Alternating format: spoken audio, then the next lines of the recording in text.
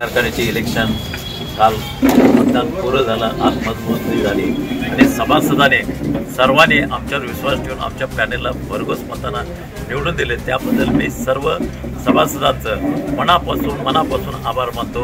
कारण अत्यंत चांगल्या पद्धतीने कारखाना आपला जिवंत राहावा, आपला कारखाना चांगला राहावा या दृष्टिकोनातून पॅनलला आम्हाला निवडून दिलेलं आहे आणि ते पॅनल निवडून आलेलं आहे। आणि ह्याचं सर्व श्रेय सर्व सभासदांना, प्रशासकीय अधिकारी असतील, आमचे कार्यकर्ते असतील, पत्रकार बंधू असतील, सर्वांच्या सहकार्यामुळे हे घडलेलं आहे। त्याबद्दल सर्वांचं मनापासून मी आभार मानतो।